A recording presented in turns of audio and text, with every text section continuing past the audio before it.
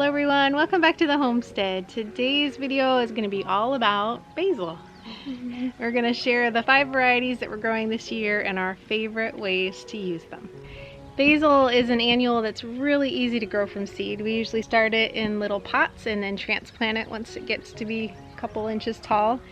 And it just needs a lot of water when you first plant it, but then it's pretty drought tolerant after that. It's a really fun plant because the more you cut it, the more it grows. and so we like to try and keep on top of it, and about once a week go out and trim up all of the basil and use it in lots of ways. Yeah. The ones that are meant for tea, you can use the flowering heads in your tea, where like with the Genovese basil or one that's more for the kitchen, for cooking, you want to try and cut off the seed heads, and that will help it to have a better flavor. It's a really fun, easy plant to grow. Yep. The first variety we're growing is cinnamon basil, and our favorite way to use that is in cold pressed tea. Yeah, when it's hot out, cold pressed tea is so refreshing. We so look forward to it. We'll often pick our herbs in the morning, put them in a bowl of water, and then as soon as we can get to it, we'll make the tea, put it in the freezer, and it's usually ready by middle afternoon or at least by dinner time, and it's so wonderful. Yeah. And to the cinnamon basil, we like to add Annasisp. Yeah, the Annasisp and the cinnamon goes really well together. If you're not familiar with Annasisp, it's a perennial in our zone 6. It's a wonderful plant for the garden because it draws in lots of beneficial bugs. And if you like black licorice, it has that nice licorice flavor, and it seems to go well with the cinnamoniness of cinnamon basil. Yeah. Kind of makes like a chai tea flavor. It's really good. The next variety of basil we're growing is called Emily. It's one we've grown for years. It's a more petite variety of your just typical Genovese basil. So if you have a small garden, it's a good one because it doesn't quite get as big as the normal Genovese basil. So that's the one that we use for more so for cooking. And so we love to make pesto with it. We'll be sharing a dairy-free pesto recipe with you later in the video. And we also love to use that basil with tomato slices and cheese. Yes, melted cheese and basil on fresh tomatoes is wonderful. Our tomatoes have just started to ripen, so we haven't had that yet. Right. Well, we've got so many tomatoes out there. It is truly a blessing. We're excited to maybe for the first time be able to can quite a few tomatoes. We did a little bit last year, but we didn't grow too many tomatoes. This year the plants are loaded, and we're just so looking forward to them getting ripe and being able to start canning them and using them more in the kitchen. As long as the hornworms don't get to them first. Guess where this guy's going.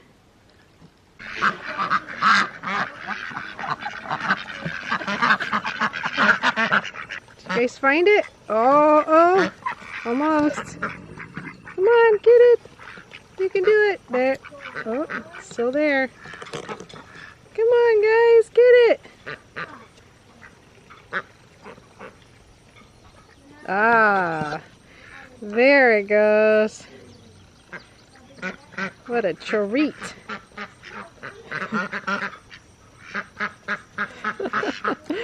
Gonna run away with it. Run away! It's mine! It's mine! And this is how I knew that we had a hornworm. Look at those. So then I just went up, plant, and there it was on the branch. And so I found at least half a dozen more of those giant hornworms today when I was out working on pruning and stringing up the tomatoes. So hopefully we can keep on those hornworms and make sure that they don't take over our lovely tomatoes. The next basil we're growing this year is called holy basil. Yeah, and actually this is the first year that we've grown holy basil, and I'm growing it to use for tea and as a medicinal. It's considered an adaptogenic herb, so it's supposed to be good for balancing hormones and helping the immune system, things like that. So it has a wonderful flavor. We've made that into some cold pressed tea as well. It's really delicious. So the next variety of basil we're growing this year is called Red Reuben, and we've grown this one for years as well. It is beautiful in the garden, so we love making bouquets out of it. And It has a little bit of a vanilla flavor to it, so it really goes well with any kind of mint or spearmint. Makes a lovely tea mixed with those. The last basil is lemon basil, and we like to combine that with lemon balm and lemongrass. Yeah, we've been growing lemon balm for quite a while. It's a perennial here as well, so it grows really well in our area. But the lemongrass is an annual, and we've only grown it for 2 years now, but love it. It makes such a good addition to any kind of lemon tea. So that's a really fun one. Yep. So we've shared how to make cold pressed tea in past videos, I am sure, but it's really simple. You just gather your herbs. In the morning is the best time if you can. Give them a good rinse in clean water. Cut them up and put them in a jar or any kind of container. Add some honey if you would like, and water to cover. And then we just stick it in the freezer for a couple hours until the herbs infuse into the water. And then when you're ready to serve, you just strain it through a stainless steel strainer. And it's super good. I have no idea why she's laughing at me, but maybe my stumbling over words.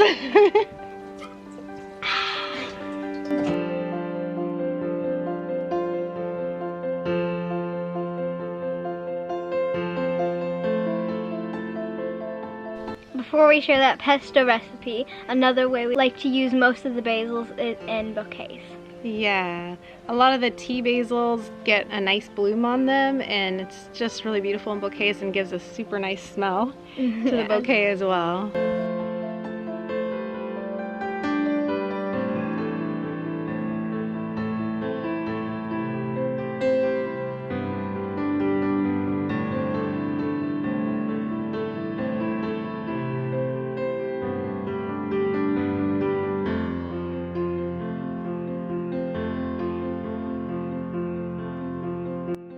Alright, so for the dairy-free pesto, the reason we do dairy-free is because my husband can't do dairy, and so we use a nutritional yeast in place of the dairy, and we didn't have any of the powder on hand, but we did have some tablets, so Esther was able to use our mortar and pestle and grind up the tablets so that we had enough for the recipe.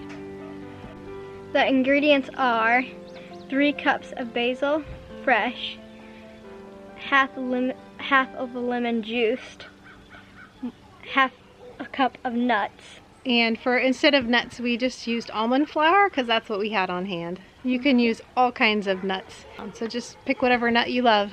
2 cloves of garlic, 1/4 cup of olive oil, 2 tablespoons of nutritional yeast, half a teaspoon of salt, and it stores for up to 4 months in the freezer.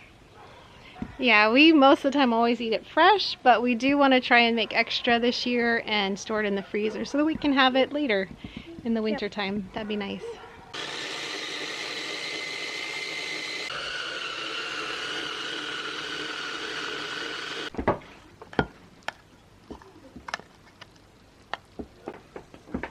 Can I scrape out the sink?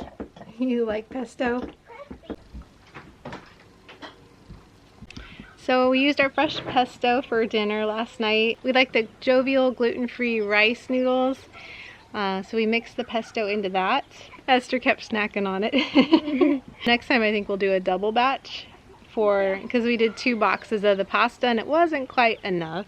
It was good, but we could have had a little bit more in there. Yeah. And then we served it with some sauteed vegetables. Our zucchini rampicante is doing really well right now, so we sliced some of that and some onions and sauteed them in butter. And then right at the end we added some chopped up tomato and minced garlic and some salt, of course. Yep. And then we had some meatloaf and some cooked garden greens on the side as well. It was a very yummy dinner. Yeah. Well, thanks for joining us today with all of the basil. Before we go, I wanted to say thank you to all those who commented on how we could use our kohlrabi. We still have a lot to use, but we ended up fermenting it, and it is so good. Esther added some garlic and peppercorns to it, which gave it really fun flavor, and we're going to be making more of that today, hopefully. Yeah, so thank you for that recommendation. We really appreciate it. And thank you, as always, to our patrons who make these videos possible. Thank you to our PayPal supporters, too. We have a couple people that support us through PayPal, and I often forget to say thank you to you guys. So thank you for our PayPal supporters as well. Until next time, we pray blessings over you and yours. And whatever you do it with your whole heart. These guys are being little stinkers in the garden. Mama decides this is her home. She's got all of her babies still. We have to shoo them away because they like to get in our newly planted beds and scratch up our little baby plants. They're so cute and fun to watch though.